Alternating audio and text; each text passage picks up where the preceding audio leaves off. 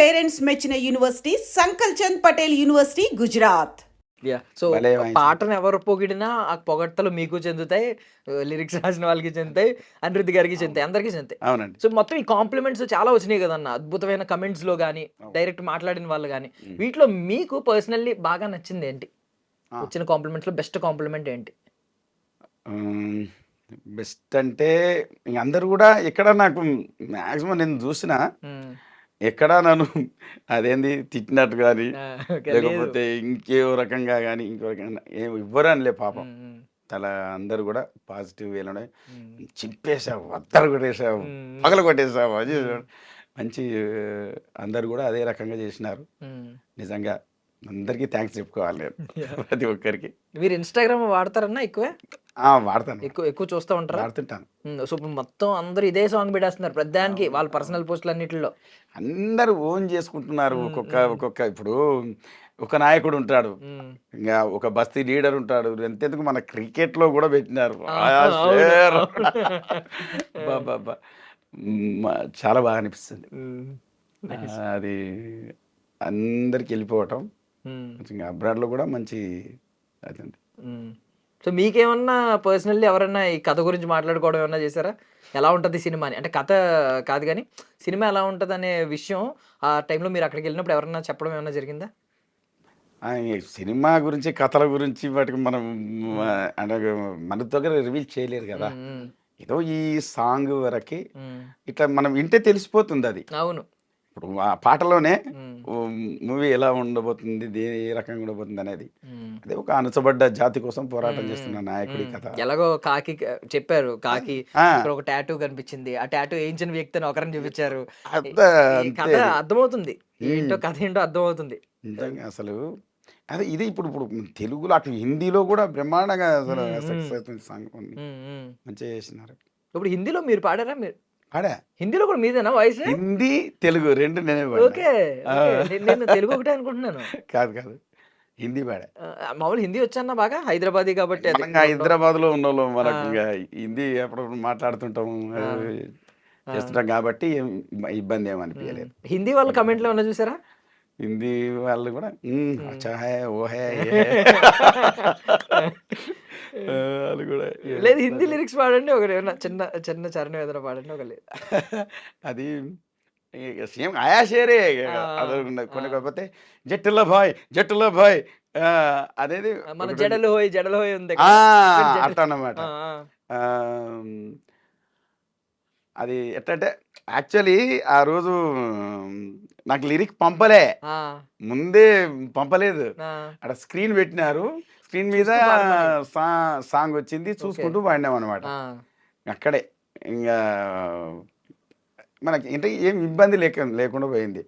మనకు వేరే లాంగ్వేజ్ లో అంటే కొంచెం కష్టం, మనకి హైదరాబాద్ కాబట్టి హిందీ ఇబ్బంది లేకుండా. నార్మల్లీ ఇప్పుడు మన ఇండియాలో బిగ్గెస్ట్ ఇండస్ట్రీస్ రెండే, మన తెలుగు హిందీ రెండిట్లో పాడేశారు.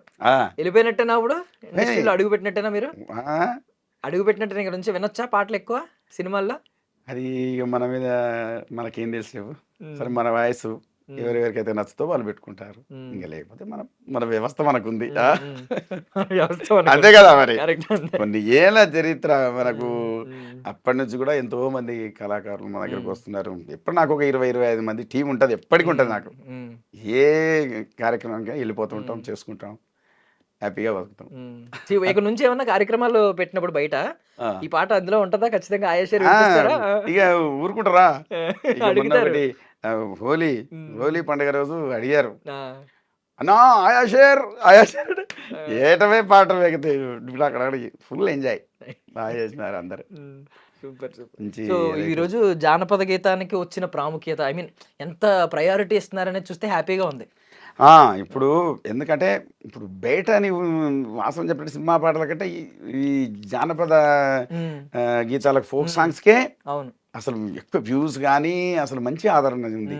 యూట్యూబ్ అసలు కన్నతల్లి యూట్యూబ్, ఫోక్ సింగర్స్ అందరికి అసలు మంచి లైఫ్ ఇచ్చింది.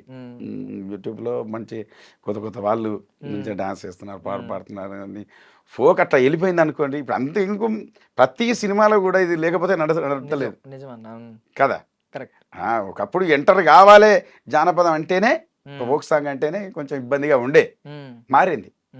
మొత్తానికి అసలు ఒక సాంగ్ అని పెడుతున్నారు, ఎక్కడో ఒక దగ్గర మనకి ఫోక్ సాంగ్ని పెట్టేస్తున్నారు. కరెక్ట్. మీకు రాము రాథోడ్ అనే వ్యక్తి రాను బొంబాయికి రాను ఒక్క సాంగ్ పాడిన తర్వాత బిగ్ బాస్ వెళ్ళారు, బయటకు వచ్చి మళ్ళీ ఒక సినిమాలో మెయిన్ పాట పాడారు, స్టార్ అయిపోయారు ఒక్క సాంగ్. అంతే కదా, అది ఇప్పుడు అంతే అక్కడ సిచ్యుయేషన్ సింక్ అయింది, ఆ అబ్బాయికి ఆ హీరోకు ఈ అబ్బాయి గొంతుకు బాగా సెట్ అయిపోయింది అది కదా. కరెక్ట్. అంతే. సో మీరు చూసిన రోజుల్లో ఎలా ఉండేదన్న ఫోక్ సాంగ్ ఉన్న ఆదరణ ఎలా ఉండేది, అసలు సినిమా వాళ్ళు చూసే విధానం ఎలా ఉండేది? మీరు నమ్ముతారో లేదో ఒక 1 monthలో ఒక 15 నుంచి 20 ప్రోగ్రామ్స్ దాకా చేశాను నేను. ఫోకే ఇంకా ఓకే, నెలలో 30 రోజుల్లో 20 రోజులు ప్రోగ్రామ్. నేను అట్లా చేసుకుంటూ వచ్చినటువంటి వాళ్ళం అనమాట. జానపదం ఎప్పుడు స్టార్టింగ్ నుంచి కూడాను అది ప్రజల్లో ఆదరణ అలా ఉండేది. మనం ప్రెజెంటేషన్ బట్టి మనకు ప్రోగ్రామ్స్ ఉంటాయి అంతే. ఇప్పుడు అవునా ఒక ప్రోగ్రామ్ పెట్టుకుంటారు, ఒక జానపద కార్యక్రమం పెట్టుకుంటారు, వాళ్ళకి నచ్చిందంటేనే కదా పెడతారు. అట్లా మనం పెర్ఫార్మర్స్ కూడా ఓన్ చేసుకొని మంచిగా వచ్చిన వాళ్ళందరికీ కూడా మన జానపద వాసన, ఆ రుచి ఇవ్వటరు కదా, అవన్నీ కూడా వాళ్ళకి అందిస్తే ఆటోమేటిక్గా ఆదరిస్తారు. సినిమా వాళ్ళు ఎలా చూసేవారు అప్పట్లో? సినిమాల్లో పాటలు అసలు కరువు అయిపోయాయి. అసలు ఫోక్ సాంగ్ అనేది ఎప్పటి నుంచి వచ్చినాయి అంటే రీసెంట్గానే ఒక 5 ఏళ్ళు వెనక నుంచి వస్తే కరెక్ట్గా స్టార్ట్ అయినాయి మంచిగా ప్రతి సినిమాలో ఒక సాంగ్ పెట్టడం. మీకు ఈవెన్ మ్యూజిక్ డైరెక్టర్లు కూడా అయ్యారు. అవును, బీమ్స్ అనుకోండి. ఇంకా మీరు ఇప్పుడు 30 ఏళ్ళు వెనక్కి వెళ్ళారు అనుకోండి, అప్పుడు ఎలా ఉండేది సినిమా వాళ్ళకి అసలు ఫోక్ సాంగ్స్ కి? లింకే లేకుండా ఉండే నిజంగా. ఉన్నా కూడా కొంచెం అట్లా టచ్ చేసి వదిలిపెట్టేవారు, పూర్తి పాట పెట్టినడం కాదు. కానీ ఇంకా ఉన్నాయి మళ్ళీ ఘంటసాల వాళ్ళ పీరియడ్లో అక్కడక్కడ కొన్ని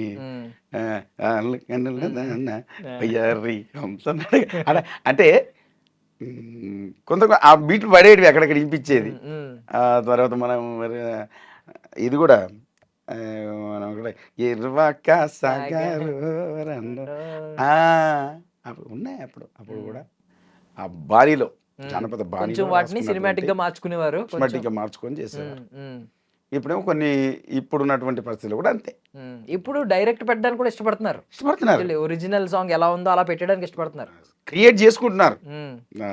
సినిమాలో సిచ్యుయేషన్ కూడా క్రియేట్ చేసి డైరెక్ట్ తీసుకొచ్చి పెడుతున్నారు. మీరు చెప్పిన దసరాలో కూడా చంకీలా అంగీలేసి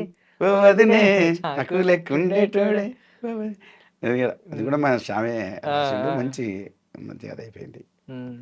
అందుకే ఇప్పుడు వచ్చినటువంటి ఇప్పుడు అప్కమింగ్ వాళ్ళు ఎవరైతే ఉన్నారో కూడా సింగర్స్ కానీ రైటర్స్ కానీ వాళ్ళు కానీ కొంచెం కష్టపడుతూ అట్లా ముందుకెళ్తే ఎక్కడో ఒక చోట ఇట్లా వచ్చి పడుతుంది అవకాశం. సో ఇప్పుడు నాని గారు ఎప్పుడైనా ఏమన్నా నాని గారి నుంచి పాస్ అయింది ఏమన్నా మెసేజ్ శ్రీకాంత్ గారు చెప్పడం కానీ లేకపోతే కాసర్ల శ్యామ్ గారు చెప్పడం కానీ నాని గారికి బాగా నచ్చిందంట ఏమన్నా వచ్చిందా మీకు ఏమన్నా ఆయన నుంచి?